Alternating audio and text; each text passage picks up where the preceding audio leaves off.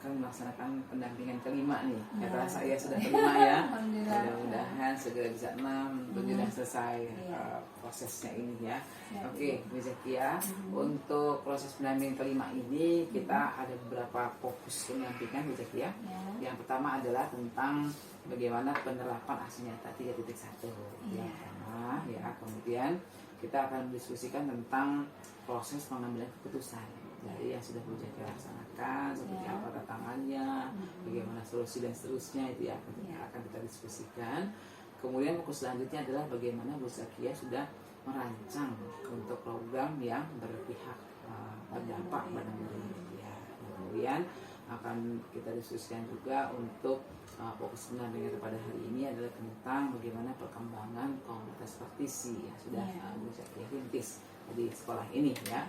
Ada kemudian peran apa dari Bu Zakia pada komunitas praktisi tersebut seperti itu. Nah kemudian juga kita akan diskusikan juga nih bagaimana dialog antara Bu Zakia dengan teman sejawat yang satu sudah dilaksanakan observasi kunjungan kelas seperti itu.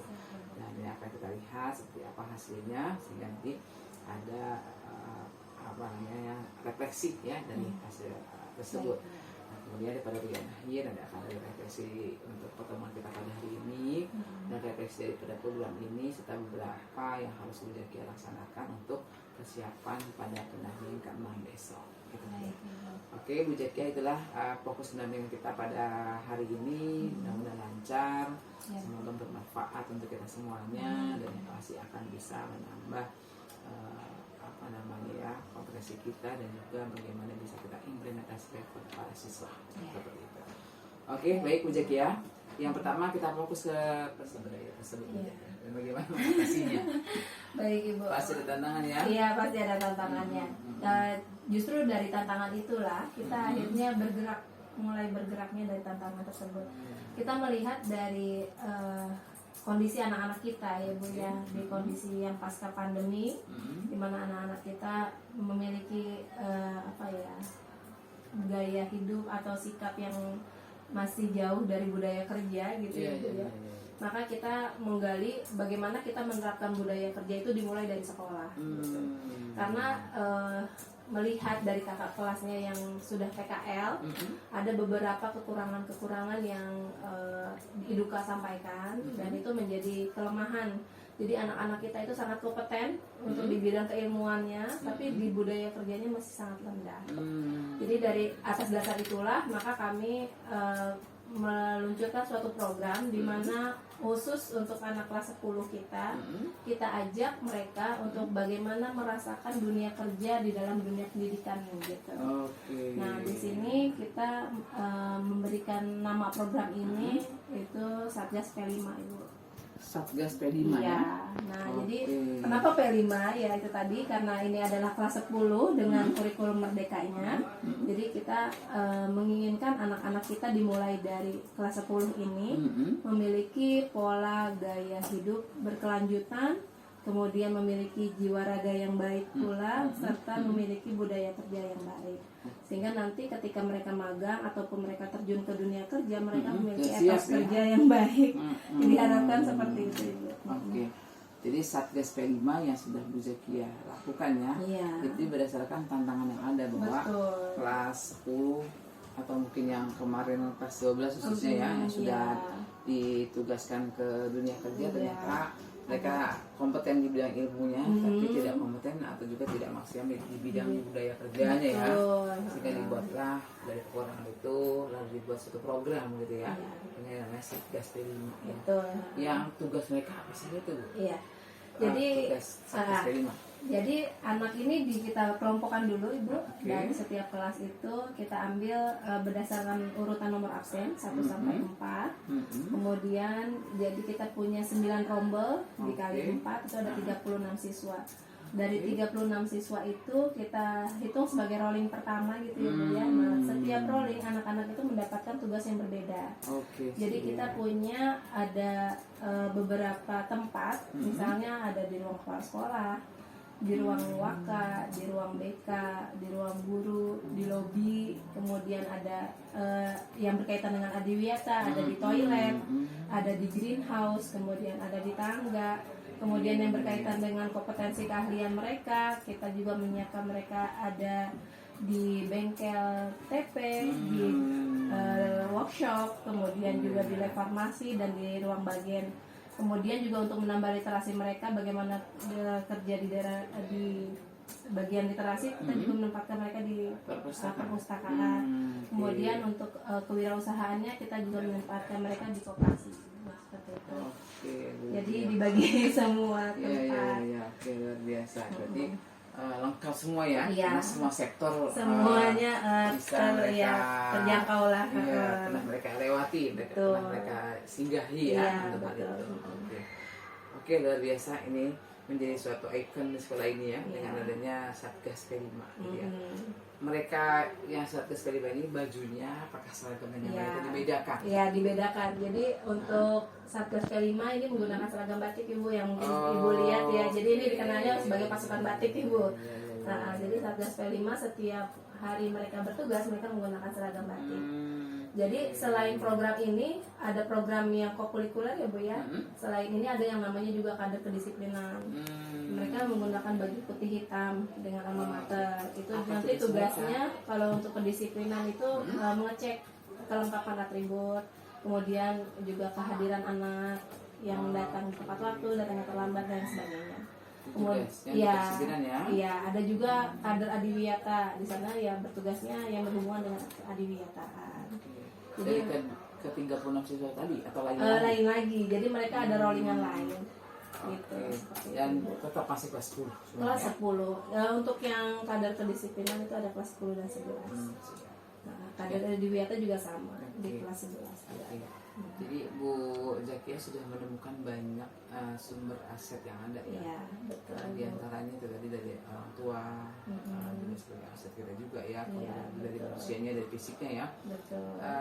Setelah Bu Zakia menemukan sumber aset tadi, gitu ya, setelah bisa mengidentifikasi sumber daya tadi, gimana perasaan Bu Zakia setelah itu? Iya, mungkin kalau kita melihat dari membandingkan dengan tempat yang lain ya Bu ya, kita akan melihat bahwa sekolah kita tuh banyak kekurangannya.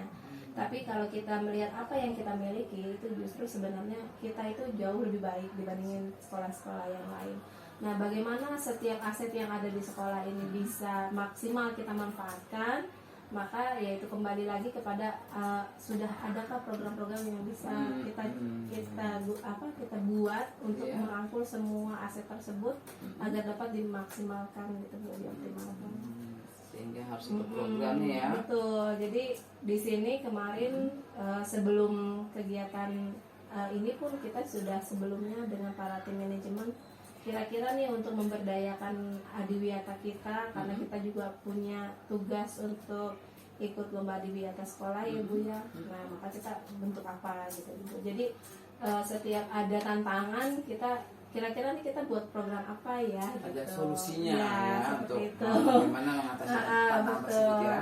Juga bisa Jadi, memotivasi teman-teman benar. ya. Jadi kita bisa berbagi ilmu dengan teman-teman yang lain juga. Tentunya senang ya rasanya menemukan sumber daya aset yang ada di sekolah ya, di lingkungan sekolah, di luar lingkungan sekolah. Betul. Selain senang tapi juga ada tantangan tersebut ya. Terutama Bagaimana untuk orang tua memberdayakannya, ya. Untuk orang tua biasanya kita untuk program itu kita memang nunjukkan dulu ke orang tua gitu. Sumber daya sekolah ini yang menjadi bahan pertimbangan Bu Zakia untuk menjadikan sesuatu itu menjadi sumber daya sekolah. Jadi misalnya dari sumber daya manusia ya Bu ya, berarti kita melihat ada apa saja yang ada di sekolah tersebut. Nah, kemudian untuk di sumber daya fisik berarti secara garis besar sekolah kita mempunyai fasilitas apa saja, baik itu sarana maupun prasarana, baik itu yang bentuknya fisik gitu ya Bu ya, baik ataupun peralatan maupun perlengkapan.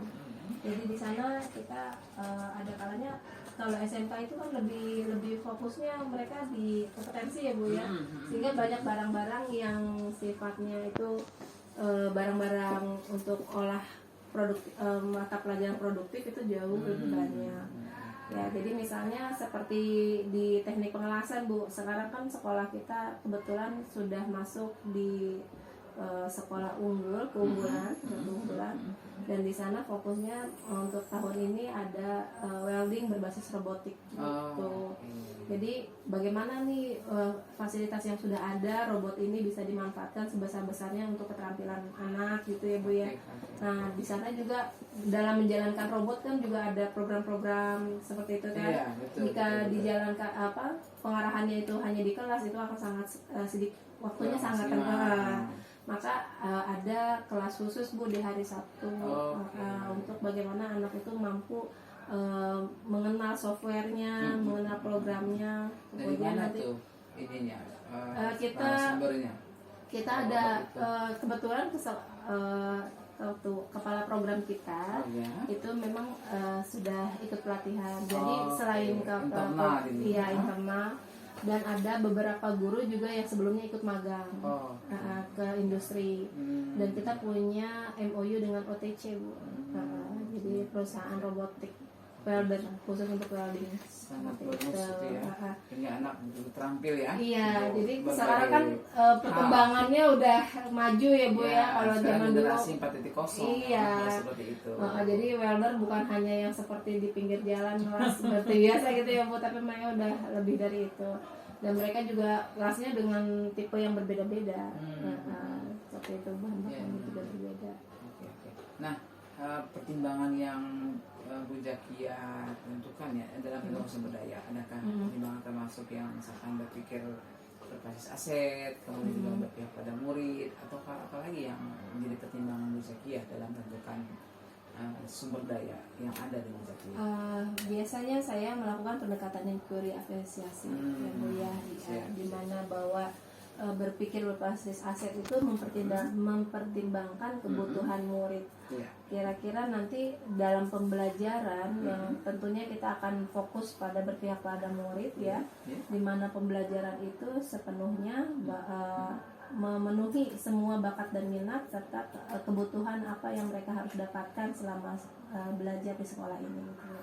Sip, mantap. Berarti memang ke arah sana ya. Bagaimana Bu Zakia berpikir berbasis aset tadi ya, dengan pihak pada murid yang akan bisa menjadi pertimbangan yang luar biasa ya dalam menentukan sumber daya sekolah yang ada.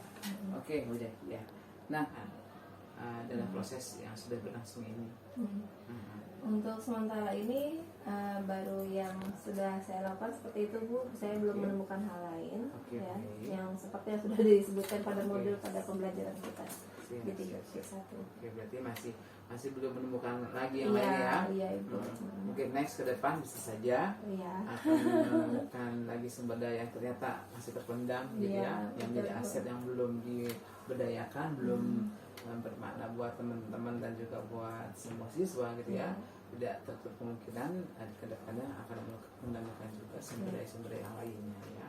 Oke, sehingga dengan adanya 9 langkah termasuk jenis 7 jenis aset yang ada ya, karena 7 moda yang ada itu diantaranya manusia, fisik juga, kemudian sosial, budaya, lingkungan. Barangkali masih ada beberapa yang belum termasuk kita himpun menjadi sumber daya kita yang misalkan lingkungan, ternyata sedikit pasar. Pasar pun termasuk juga sumber daya buat anak kita misalnya gitu ya, mungkin yang belum terorganisir di sana gitu ya. Mungkin next depannya bisa saja ada yang masih bisa dikembangkan kembali. Oke, Bu Zakia, terima kasih. Ini adalah bagian pendampingan pertama, fokusan pertama tentang bagaimana Bu Zakia sudah bisa membuat aksi nyata yang Bunda 3.1. Ya, terima kasih Bu Zakia ya untuk materi yang pertama. Terima kasih. Nah, oke, baik Bu Zakia, kita sampai ke pendampingan kelima untuk fokus yang kedua nih, tentang refleksi Bu Zakia dalam proses pengambilan keputusan. Ya. Nah, berdasarkan hasil pemetaan yang Bu Zakia sudah lakukan, nah bagaimana Bu Zakia bisa proses pengambilan keputusan yang sudah Bu Zakia laksanakan? Seperti apa Bu Zakia untuk yang mempengaruhi proses pengambilan keputusan Bu Zakia? Dari apa yang sudah diidentifikasi ya Bu ya, aset-aset sekolah tadi, itu biasanya kita memperjelas Bu dari aset-aset ini nanti ke depannya kita akan melakukan apa, sehingga nanti ke pengambilan keputusan itu jika dihadapkan kepada dilema etika ya Bu ya, biasanya atau bujukan moral itu kita dapat memberikan suatu solusi lain gitu. Apakah nanti kita akan timbul permasalahan pada dilema etika atau apakah pada bujukan moral. Nah biasanya nanti kita dalam pengambilan keputusan kita akan perlu transparansi dan kolaborasi biasanya itu. Jadi untuk program-program yang berpihak pada murid biasanya kita akan berkolaborasi. Apakah nanti program tersebut misalnya masuk dalam ranahnya kurikulum, maka nanti kurikulum akan mengambil orang-orang dari tim manajemen dan dari guru-guru teman sejawat untuk dapat berkolaborasi. Apakah itu ada di dalam kesiswaan, ranahnya kesiswaan, maka nanti wakil kesiswaan dengan timnya, tim manajemennya, kemudian nanti diarahkan juga ke para guru teman sejawat seperti itu. Dan Jadi selain berkolaborasi juga berkoordinasi kan? Iya, betul. Antar yang sering keterkaitan dalam betul. Program yang akan nanti diambil betul ya. akan dilaksanakan. Oke, itu satu hal yang antara kolaborasi dan koordinasi memang betul, sangat penting ya. untuk keberhasilan suatu program dilaksanakan ya. Seperti itu. Oke, nah menurut Bu Jaki ya, nih apa yang masih kira-kira perlu dikembangkan dan juga perlu dievaluasi dalam proses pengambilan keputusan yang sudah Bu Jaki ya laksanakan bersama teman-teman di sini. Ya, yang paling terasa sekali itu memang perlu adanya sosialisasi yang masif ya Bu ya. Mungkin sebenarnya sosialisasi itu ada, tapi ada kalanya tidak semua orang sampai sosialisasi itu kepada dirinya, sehingga tidak semua orang tahu ini apa sih gitu ya. Kemudian juga bagaimana koordinasi dan pengelolaan kepada teman-teman rekan sejawat, sehingga diharapkan dengan adanya sosialisasi dan informasi yang menyeluruh, mereka sama-sama memahami program-program apa saja yang sudah akan dilaksanakan dan apa saja yang sudah berjalan. Kemudian juga di sini kita ajak bahwa setiap guru itu dapat berpikir secara konsep berbasis aset, sehingga mereka tidak melulu berpikir kita masih belum punya ini, belum punya itu gitu ya, kita kurang ini, kurang itu, tapi kita bagaimana apa yang ada itu diberdayakan, sehingga kita tidak lagi berpikir suatu kekurangan, tapi bagaimana itu bisa dimaksimalkan atau dioptimalkan gitu. Dan mungkin yang paling penting itu perlu adanya evaluasi ya Bu ya. Karena biasanya setelah kita melakukan terus tanpa adanya evaluasi kita tidak akan pernah tahu sebenarnya program ini berjalan dengan baik atau tidak, mencapai target atau tidak, memberi dampak yang baik atau tidak, seperti itu Ibu. Jadi memang luar biasa ya bahwa supaya hal ini bisa terlaksana dengan baik ya, yang berkembangkan, berevaluasi, yang pasti memang kita bagaimana teman-teman semuanya bisa terus berpikir berbasis aset ya, artinya jangan merasa kita kan nggak punya apa-apa, kita kekurangan dan seterusnya, padahal sumber daya yang ada, aset yang ada mereka belum gali, mereka belum manfaatkan yang sebaik-baiknya ya, sehingga hal itu menjadi terkesan seperti kurang saja, kurang dan kurang, padahal intan kita belum kita manfaatkan dengan sebaik-baiknya begitu ya. Nah, sehingga ini pun juga memang harus betul bisa memahami semua itu, begitu juga yang paling penting juga adalah seperti yang Bu Jaki ya, bahwa sosialisasi sangat penting. Kenapa? Karena tanpa ada sosialisasi kepada para siswa, para guru, begitu juga pada orang tua, terkadang pengambilan keputusan ini bisa jadi akan menjadi dilema tersendiri buat sekolah dan juga buat para siswa ya, dan juga terutama juga terkadang pengambilan keputusan yang memang dilema etika yang terkadang antara perasaan PS dengan peraturan. Nah ini karena agak berat juga perlu ada sosialisasi yang jelas sehingga pengambilan keputusannya betul-betul bisa menjadi hal yang katakanlah tidak ada keraguan dalam keputusan tersebut. Oke, terus terakhir evaluasi. Keren. Siap. Oke, ya. Makasih Bu Jaki ya. Nah, kemudian Bu Jaki ya. Menurut Bu Jaki ya, apa hal yang menurut Bu Jaki ya sangat mendukung keberhasilan dalam mengambil keputusan ini? Mungkin hal yang mendukung ya Bu, yang mendukung keberhasilan itu yang pertama adalah bahwa kita harus memahami 3 prinsip, 4 paradigma dan 9 langkah dalam bagaimana kita melakukan komitmen bersama, kemudian konsistensi. Kemudian karena kita berkolaborasi berarti di sana ada kekompakan dalam tim ya Bu ya. Setiap kerja individu merupakan kerja tim, sehingga sangat penting sekali kekompakan bagaimana masing-masing menjalankan tugasnya dengan sebaik-baiknya, sehingga apa yang kita laksanakan dalam melaksanakan program itu dapat dilaksanakan dengan sebaik-baiknya. Kemudian juga adanya kemampuan identifikasi ya Bu. Barangkali kalau kita baru mengenal atau baru tahu kita punya aset-aset apa saja, tapi kita belum bisa mengidentifikasi atau memetakannya, itu juga akan sangat sulit ya. Jadi kita penting sekali bagaimana kita mampu untuk mengidentifikasi dan memetakan aset kita. Kemudian kita juga harus membuat kontribusi yang nyata ya. Dari semua sumber daya itu, apakah nanti kita dapat memaksimalkan potensi diri kita untuk masuk ke dalam kontribusi dalam kegiatan-kegiatan atau program-program sekolah yang ada, sehingga nanti keputusan atau program-program yang sudah direncanakan itu dapat terukur keberhasilannya. Oke. Bisa saya simpulkan ya bahwa anak kami punya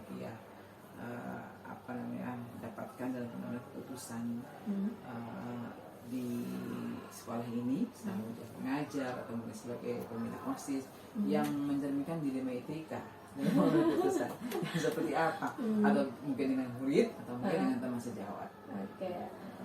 Untuk yang murid ya Bu ya, dari saya belajar CGP, kasus-kasus yang saya pelajari itu hampir semuanya pernah saya alami. Jadi misalnya ada siswa yang tidak mengerjakan tugas, sebenarnya anak itu memiliki kemampuan, tapi dia menunda-nunda waktu pengerjaan gitu ya. Ketika ditanya, iya Bu nanti saya kerjakan, dia tidak menceritakan apa masalahnya. Begitu terus berlarut-larut sampai akhirnya ketemu UTS, dia UTS-nya juga anjlok. Kemudian ketika bagi rapot nilai UTS-nya apa adanya, orang tuanya komplain anak saya harusnya masuk tiap hari, kenapa seperti ini. Tapi ketika disampaikan tugas-tugasnya belum, seperti itu kan orang tuanya nggak terima misalnya. Terus kita, kalau saya dari dulu sih memang sudah melakukan pendekatan individu biasanya. Atau ketika ada anak yang belum mengerjakan tugas, saya biasanya selalu saya sebutin nih, ayo, atau kalau saya pun bisa japri anaknya, saya japri, kamu belum menyelesaikan tugas A, B, C, D, seperti itu ya Bu ya. Atau kasus-kasus yang seperti itu sih alhamdulillah selalu ada penyelesaiannya, solusinya. Namun ada kalanya misalnya seperti anak yang nilainya kurang tapi harus naik kelas gitu ya. Misalnya kayak kelas 11 itu kan udah, apalagi kalau kelas 12 ya, lulusan mau nggak mau gitu.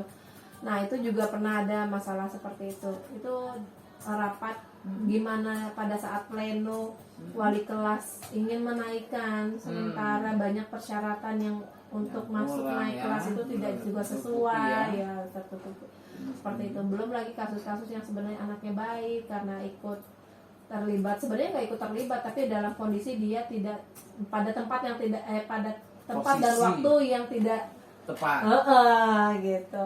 Sebenarnya nggak ikut tawuran Bu, cuman waktu itu ketangkep pas lagi ada di situ gitu. Nah kan kondisi-kondisi itu juga banyak ya Bu ya, yang pokoknya ada beberapa lah kasus-kasus yang pernah saya pelajari di CGP itu ternyata memang terjadi dalam kehidupan di sekolah. Kemudian untuk dilema etika di rekan sejawat juga ada, misalnya ketika si guru tidak masuk kelas, kemudian ternyata dia sedang ada masalah di rumah gitu ya. Kemudian ya banyak hal Bu yang mungkin di sana nanti pengambilan keputusannya, kalau saya itu tergantung kepada di sana terjadi dilema etika pada siapa sebagai penanggung jawabnya gitu. Dikembalikan lagi ke sana. Kalau pada saat kondisi saya sebagai wali kelas dengan murid, maka saya langsung mengambil keputusan di mana biasanya ada komunikasi dulu antara murid dengan saya ataupun dengan orang tuanya.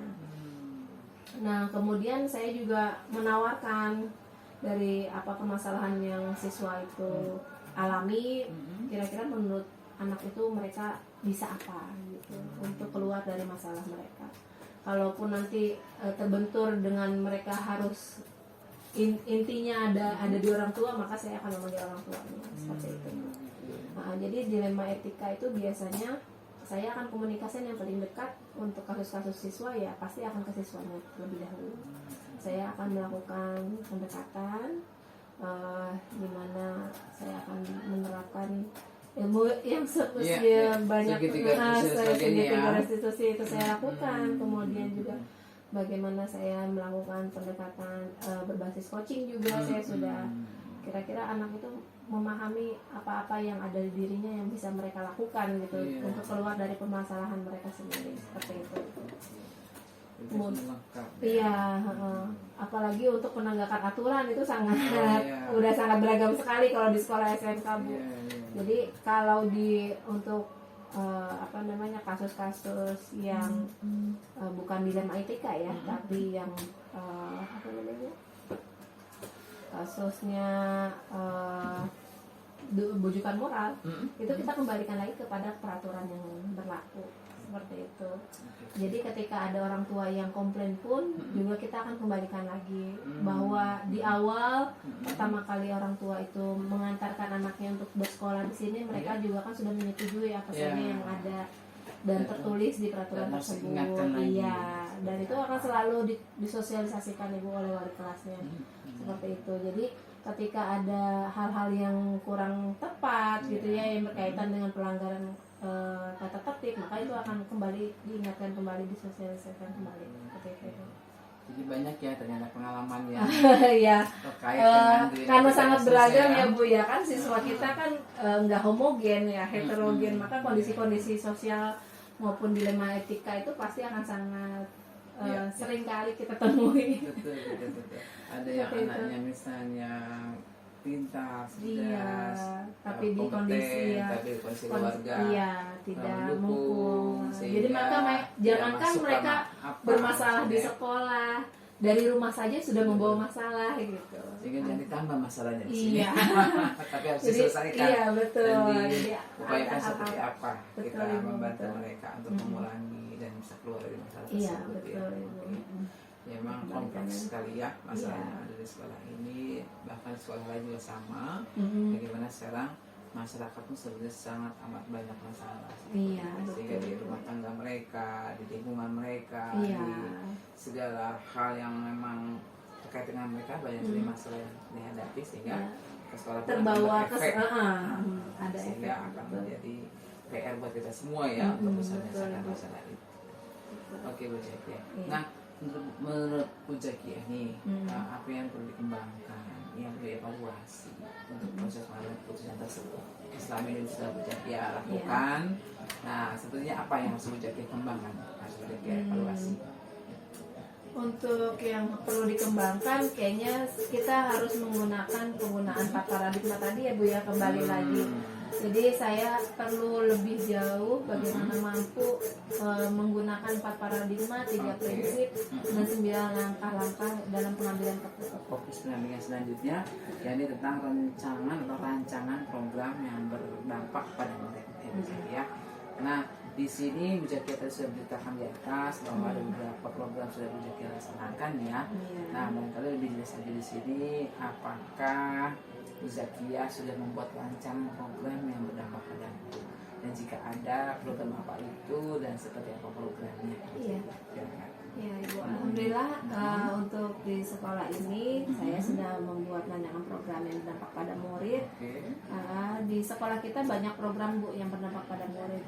Jadi seperti ada kader adiwiyata yang tadi saya sudah sampaikan, ada kader kedisiplinan, ada pengembangan TEVA, Teaching Factory, kemudian juga ada Satgas P5, kemudian ada kegiatan kolaborasi seperti Market Day, itu jadi program tahunan, kemudian juga ada bulan bahasa, kemudian dan masih banyak lainnya Bu ya, program-program yang berpihak pada murid. Nah, untuk program yang saat ini saya sedang jalankan itu adalah program Satgas P5, di mana saya itu sebagai koordinatornya, sedangkan untuk Satgas yang lain seperti kader adiwiyata dan kader kedisiplinan itu diserahkan ke teman saya yang lain. seperti itu Ibu. Dan di sana murid pada program ini terlibat aktif dalam melaksanakan kegiatan aksi nyata ya Bu ya, yang ada di sekolah, karena di sini berbasis budaya kerja. Nah, diharapkan nanti dengan adanya implementasi budaya kerja di sekolah ini mengasah karakter murid, sehingga mereka akan mencapai profil pelajar Pancasila dengan melatih soft skill dan hard skill mereka. Jadi mereka bukan hanya mampu atau kompeten dari bidang keahliannya, tapi juga mereka mempunyai budaya kerja yang baik, di mana kinerja mereka itu mereka sudah diharapkan mereka kuat nantinya ketika berhadapan langsung di dunia kerja yang sesungguhnya. Jadi betul-betul siap untuk Iya. kerja baik soft skillnya maupun hard skillnya ya. Iya, betul. Oke. Dan Jadi selain itu mereka juga di Satgas ini ditanamkan kepedulian terhadap lingkungan Ibu. Jadi dimanapun mereka bertugas, yang pertama kali mereka lakukan adalah menjaga kebersihan ruangan tempat Satgas mereka. ya, jadi itu yang menjadi karakter sebuah Iya. menjadi sebuah habituasi ya. Iya, Sebuah betul. habit mereka pada akhirnya menjadi sebuah karakter untuk mereka yang biasanya mungkin lihat kota tuh biasa-biasa aja, tapi dengan adanya Satgas ini menjadi semacam ada naluri bahwa itu adalah tidak baik dan mereka mungkin pengutlah sampah jika Iya, ada dan seterusnya ya, sehingga betul. kebersihan itu luar biasa mereka sudah terapkan, tidak hanya semboyan ya. Iya, Itu sudah betul. Diharapkan penerapan. seperti itu Ibu. Oke, kalau Adiwiyata di sini sudah berjalan sejak kapan Bu? Adiwiyata ini? Adiwiyata ini sudah lama Ibu, sudah dari sebelum pandemi. Dan kita sudah program dari Adiwiyata tingkat kabupaten kota, kemudian kemarin kita sudah masuk ke tingkat provinsi, dan kita juga lagi ada program lanjutan untuk mudah-mudahan bisa nanti kita masuk untuk program nasionalnya. Oke. Dukungan apa yang paling Bu Zakia perlukan dalam melakukan program yang sudah dibuat ini? Dibuat, ya. Yang paling penting justru tentunya kita adalah dari dukungan semua sumber daya manusia.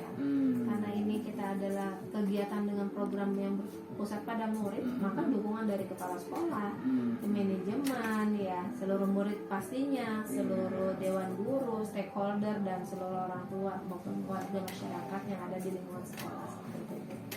Itu sangat penting untuk Jadi melaksanakan stakeholder program semua ini. yang ada ya itu Iya. pasti sangat amat diperlukan lingkungan Betul. deh ya. Iya, betul. Pertama mungkin dari pimpinan yang Iya. katakanlah di sini sebagai ngambil kebijakan begitu ya, kemudian dengan adanya dukungan dari pimpinan, manajemen, dan juga tidak tidak lepas juga dari siswa ya, Iya. dari orang tua serta mungkin semua guru itu memang sangat amat diperlukan ya dalam bagaimana kita bisa menjalankan program yang pada murid ya di kejadian. Mudah-mudahan semuanya terus mendukung. Amin, ya. amin. Perlu sekali. Iya, untuk rancangan program yang berdampak pada murid. Nah, pasti nih dalam suatu perencanaan program ya, tadi sudah katakan di awal bahwa akan ada tantangan ya. Iya. Nah, untuk Bu Zakia apa sih yang jadi tantangan dalam melaksanakan rancangan program yang pada murid? Mungkin yang menjadi tantangan itu adalah kesadaran ya Bu ya. Biasanya kan orang itu tidak tahu buat apa sih program ini dijalankan gitu. Kenapa sih harus repot-repot menjalankan program ini?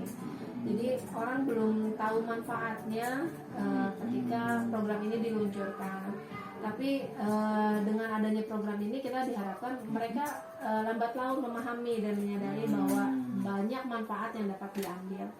Mungkin nanti ada evaluasi dan refleksi dari para pesertanya Bu.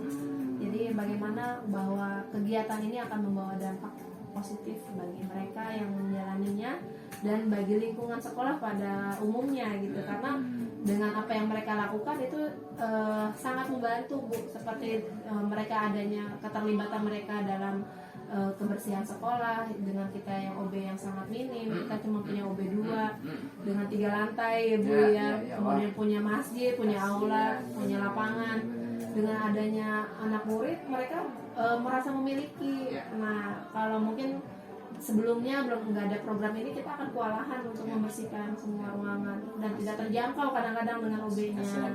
Iya, OB-nya juga udah kewalahan gitu ya.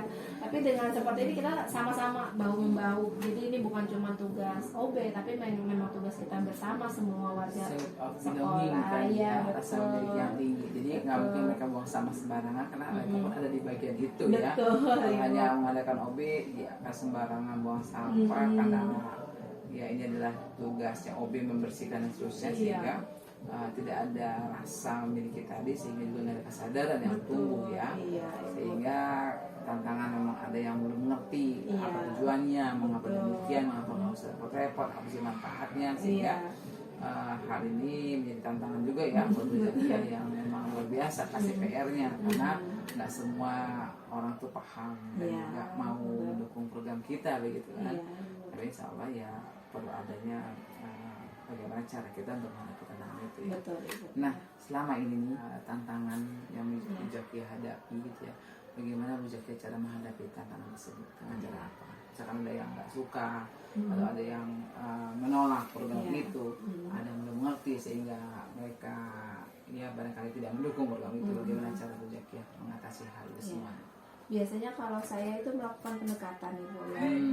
Jadi yang secara umum kita akan mengadakan sosialisasi mengenai aset apa saja yang ada di sekolah kita dan bagaimana pengelolaannya, baik itu sosialisasi kepada murid maupun kepada rekan guru lainnya ya, maupun warga sekolah pada umumnya. Jadi nanti OB pun juga paham, oh kenapa tugas mereka juga udah ikut dibantu, berarti mereka harus fokus pada pekerjaan yang mana lagi gitu ya. Sehingga hal-hal yang tadinya tidak terjangkau jadi terjangkau gitu, hal-hal yang tadinya tidak sempat tersentuh gitu ya, itu jadi tersentuh. Jadi kita akan mengajak setiap orang bagaimana bahwa apa yang ada sebagai aset di sekolah ini dapat kita manfaatkan sebesar-besarnya untuk kemajuan sekolah. Kemudian juga adanya sosialisasi yang tadi saya sampaikan, kita akan mengajak guru bahwa kita punya aset yang dapat kita maksimalkan, sehingga tadi kembali lagi bahwa guru akhirnya mempunyai berpikir berbasis aset. Seperti itu. Menyadarkan guru seperti itu. Dan setiap program itu pasti akan ada evaluasi dan refleksinya kembali, entah itu kepada murid ataupun kepada teman sejawat ataupun kepada seluruh warga sekolah. Jadi mudah-mudahan dengan program ini ada dampak positif yang kita semua rasakan seperti itu. Ini luar biasa ya, artinya pasti yang namanya membuat suatu rancangan program yang dampak pada murid tidak semudah membalikan telapak tangan tentunya ya, karena terkait dengan orang banyak, terkait dengan kebijakan, regulasi dan sebagainya, kemudian juga terkait dengan berbagai aset yang lainnya juga gitu ya, sehingga dengan Bu Zakia sudah mengupayakan untuk bisa adanya program Satgas P5 ini ya, sehingga katakanlah yang tadinya mungkin belum terlalu bersih menjadi semakin bersih. Pertama tidak hanya itu, tapi bagaimana kesadaran siswa ya untuk hal ini. Dan kalaupun ada tantangan, ya pasti semua ada tantangan, tapi justru memotivasi yang semakin bisa. Akhirnya mereka juga menyadari sih Bu, lambat laun ya, mungkin guru yang tadinya tidak mendukung buat apa sih seperti itu. Tapi akhirnya mereka secara tidak langsung merasakan manfaatnya. Misalnya ketika guru-guru dapat tugas piket, sementara dia dapat harus tugas luar, atau mereka juga dapat tugas yang lain gitu ya. Terbantu. Yang tadinya mereka harus lembur nginput siswa yang tidak hadir misalnya, dengan adanya anak Satgas, mereka justru dibantu nginput seperti itu. Jadi banyak hal-hal yang mungkin awalnya itu merasa hal yang tidak seperti atau itu ya, malah merepotkan pada muridnya dan seterusnya ya, sehingga sekarang dengan sudah dilihat, dirasakan gitu ya efek positifnya, manfaatnya, sehingga beliau-beliau pun sadar ya. Untuk siswa juga sangat baik ya. Dan mudah-mudahan ini terus berdampak pada murid ya. Dan tidak hanya satu program itu saja, tapi semua program yang diwujudkan di sini, yang dirancang di sini dan dilaksanakan di sini bisa berdampak pada murid. Yang pastinya profil pelajaran Pancasila akan terwujud dilaksanakan. Semoga semakin sukses, semakin bermutu, dan juga anak-anak kita semakin bisa sesuai dengan harapan ya. Makasih Bu Zakia atas waktunya. Bu, ada minuman herbal. Jadi setelah olahraga dulu ya, program yang dulu karena ketemu pandemi ini belum dilaksanakan kembali karena jadwal olahraganya kita beralih ke hari yang lain. Jadi di sana siswa itu membuat minuman herbal misalnya seperti kunyit asam, jahe, sinom, kemudian temulawak gitu. Jadi setelah olahraga minum Di sini buatnya mereka. Iya, kita buat di lab farmasi. Oh, anak-anak farmasi. Anak-anak ya. farmasi. Kemudian kalau anak-anak TP itu biasanya membuat kursi, meja, pot bunga seperti yang Ibu lihat ya. Ibu masuk dari depan tadi di lobi kan ada beberapa pot bunga, kursi buatan mereka. Bahkan diperjualbelikan, bahkan beberapa mebeler sekolah kita itu produk dari TP gitu. Karena memang kan dulu kita punya ruangan, dapat tempat, tapi mebeler kita lama turunnya ya Bu ya, dari pemerintah ya. Akhirnya turun-turun. Jadi itu akhirnya kita mebeler buat sendiri seperti itu.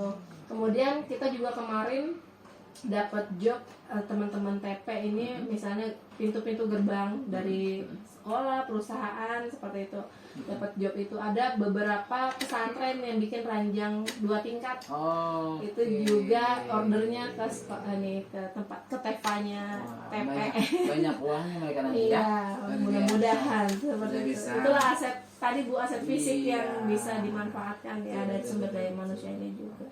Mereka tidak hanya mencari pekerjaan, tapi bagaimana menciptakan lapangan pekerjaan. Dan mereka memang juga tunggu siap pemerintah. wirausaha juga jadinya. Mereka tahu oh ya produk yang mereka hasilkan nanti ketika mereka keluar dari sekolah jika tidak terserap di dunia kerja, mereka bisa loh buka punya bekal untuk bisa jadi entrepreneur ya.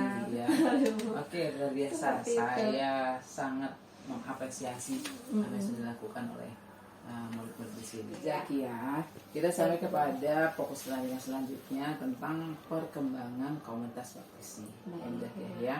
Nah, Bu Zakia sudah merintis komunitas praktisi di lingkungan sekolah, di lingkungan sekitarnya jika ada ya. Kemudian bagaimana peran Bu Zakia dalam komunitas praktisi tersebut? Dalam hal ini ada beberapa komunitas praktisi yang ada di sekolah ya Bu ya, khususnya walaupun di luar juga ada, namun yang ada di sekolah ini saya beberapa dengan teman-teman tim manajemen diajak untuk membuat suatu program, kemudian juga diajak juga bagaimana komunitas ini dapat berjalan seperti itu Bu. Jadi dari program itu biasanya kita ada komunitasnya. Sepertinya program Satgas P5 ini tidak hanya guru P5 saja yang menjadi penanggung jawab. Di sana ada saya dan 3 teman saya sebagai koordinator. Kemudian karena tugasnya ini dibagi oleh beberapa bagian dan beberapa titik, maka seperti Kaprok itu 3-3-nya juga ikut dalam komunitas Satgas P5. Kemudian juga guru piket dan lain sebagainya. Jadi banyak teman-teman sejawat yang masuk dalam komunitas Satgas P5 untuk sebagai guru pendamping seperti itu ya Bu ya. Kemudian juga seperti adanya TEFA, Teaching Factory, itu juga sama. Selain ada Kaprok, ada juga guru-guru produktif sesuai dengan jurusannya masing-masing. Nah, kemudian juga ada bagian kewirausahaan. Jadi di sini ada guru kewirausahaan dengan masing-masing siswa binaannya. Jadi mereka nanti diarahkan untuk membuat produk apa yang bisa ditingkatkan karena kewirausahaan itu ada di kelas 11 dan 12. Maka nanti ada arahan yang berbeda. Bagaimana kelas 11 produknya seperti apa? Biasanya itu programnya itu produknya produk hulu gitu ya. Nanti yang kelas 12-nya sampai ke produk hilir, di mana produk hulu dari bahan baku menjadi barang setengah jadi, kemudian nanti di kelas 12-nya dari bahan setengah jadi itu menjadi produk yang dapat dijual. Dan di sini kita punya Teknopark ya, yang sekarang dikenal dengan nama Bagen. Di depan itu sebagai tempat untuk mewadahi teman-teman yang para siswa yang sudah menghasilkan produk dari produk-produk Teknopark. Nama tempatnya itu Bagen Bu, Bagen Production. Jadi punyanya Nelmatan lah. Dari apa saja promosi itu? Di sana untuk jurusan desain mereka bisa menerima orderan pin, kemudian gantungan kunci, kemudian sablon kaos, sablon muk seperti itu, kemudian desain-desain seperti pembuatan spanduk dan lain sebagainya yang berbasis desain. Juga untuk pernikahan. Iya betul, membuat souvenir seperti itu ya Bu ya. Kemudian kalau di desain itu desain kemasan, maka di farmasi itu membuat produknya, Bu. Jadi misalnya untuk souvenir tadi misalnya ada sabun transparan yang digunakan untuk wajah.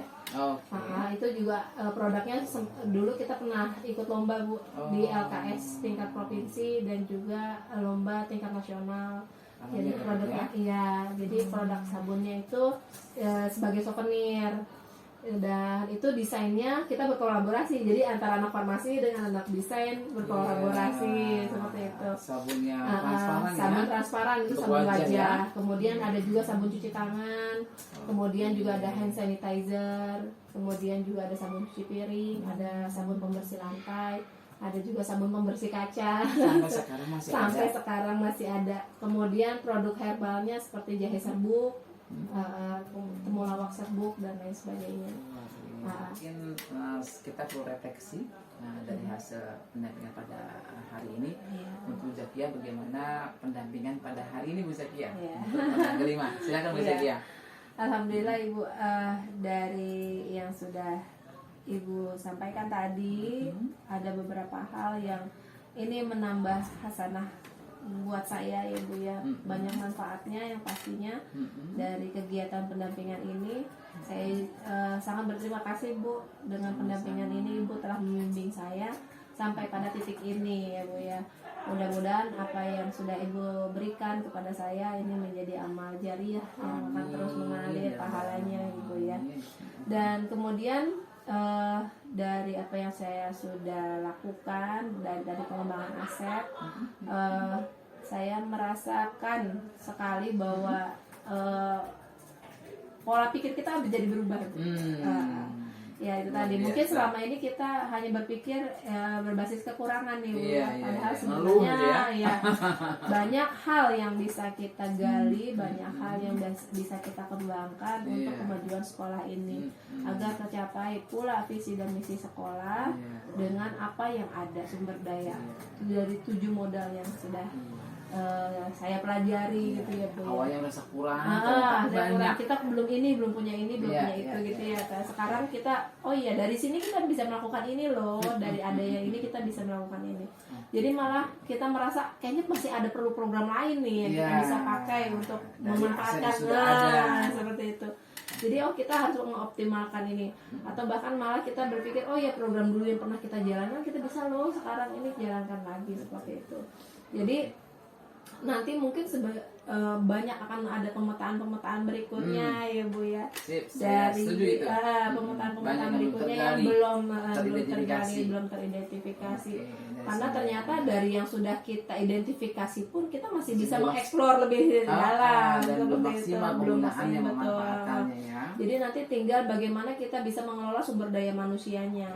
Jadi fisik nih bisa nih gitu, tapi kita bagaimana kita dapat berkolaborasi dengan rekan sejawat gitu ya untuk dapat mengolah itu yang nanti dapat programnya tentu saja berpihak pada murid gitu. Mantap, seperti itu. Luar biasa. Semoga tambah sukses tentunya ya.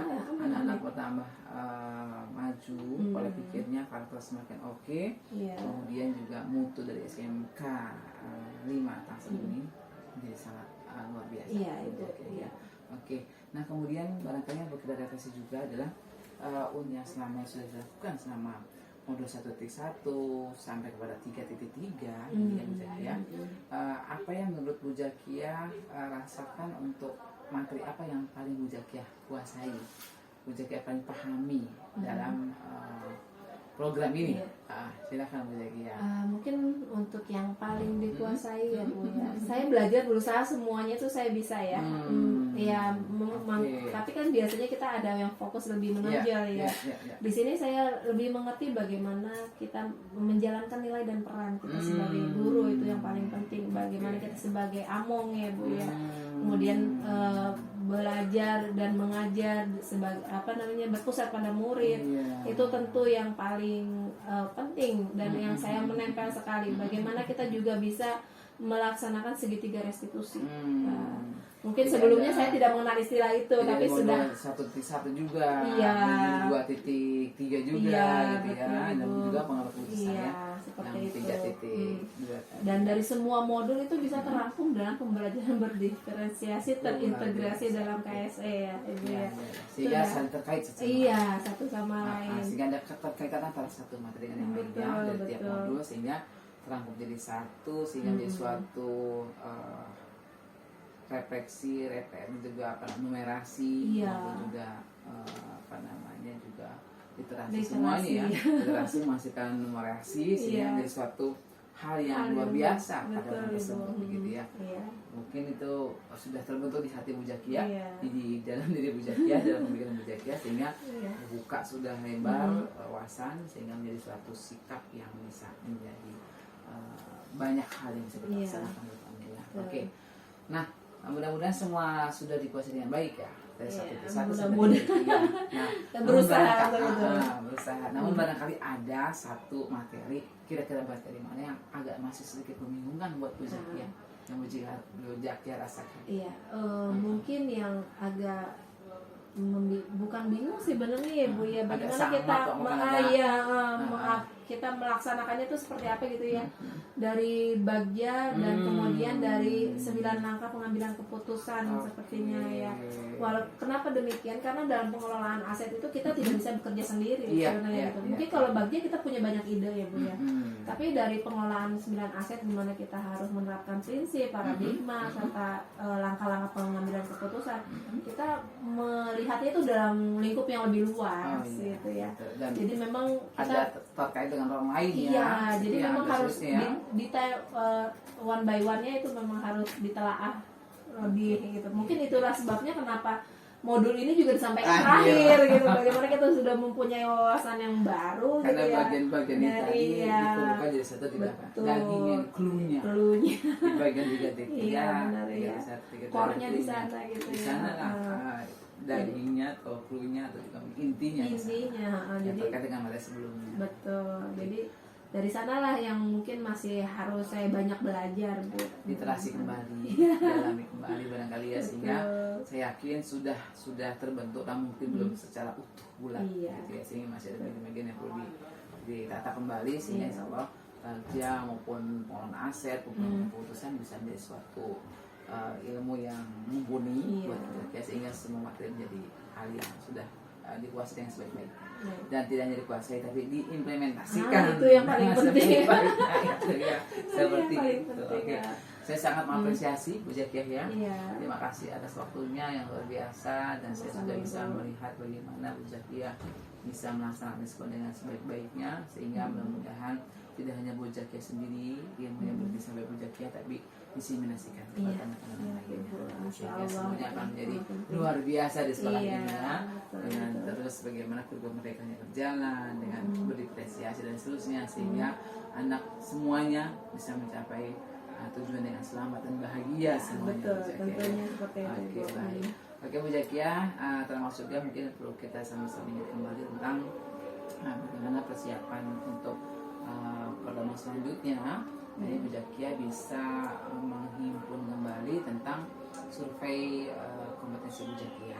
Ya, ini datang feedback 3 derajat ya. Seperti itu, dan juga bagaimana nanti pada akhirnya Bu Zakia ada semacam ini survei yang mana nanti Bu Zakia bisa melakukan diskusi untuk pemetaan aset. Iya. Iya, pemetaan aset nanti ada sebelum P6 Bu Zakia, termasuk bagaimana jadwalnya, sama siapa saja, notulennya, sehingga termasuk kegiatannya Bu Zakia lakukan, sehingga aset ini bisa semakin tergali Iya, dari semua betul. pihak. Gitu Bu Zakia. Siap. Baru demikian Bu Zakia, terima Iya, kasih atas waktunya. terima kasih banyak, Ibu. Semoga sukses selalu, sehat selalu. Ya, amin, Semoga amin, Ibu.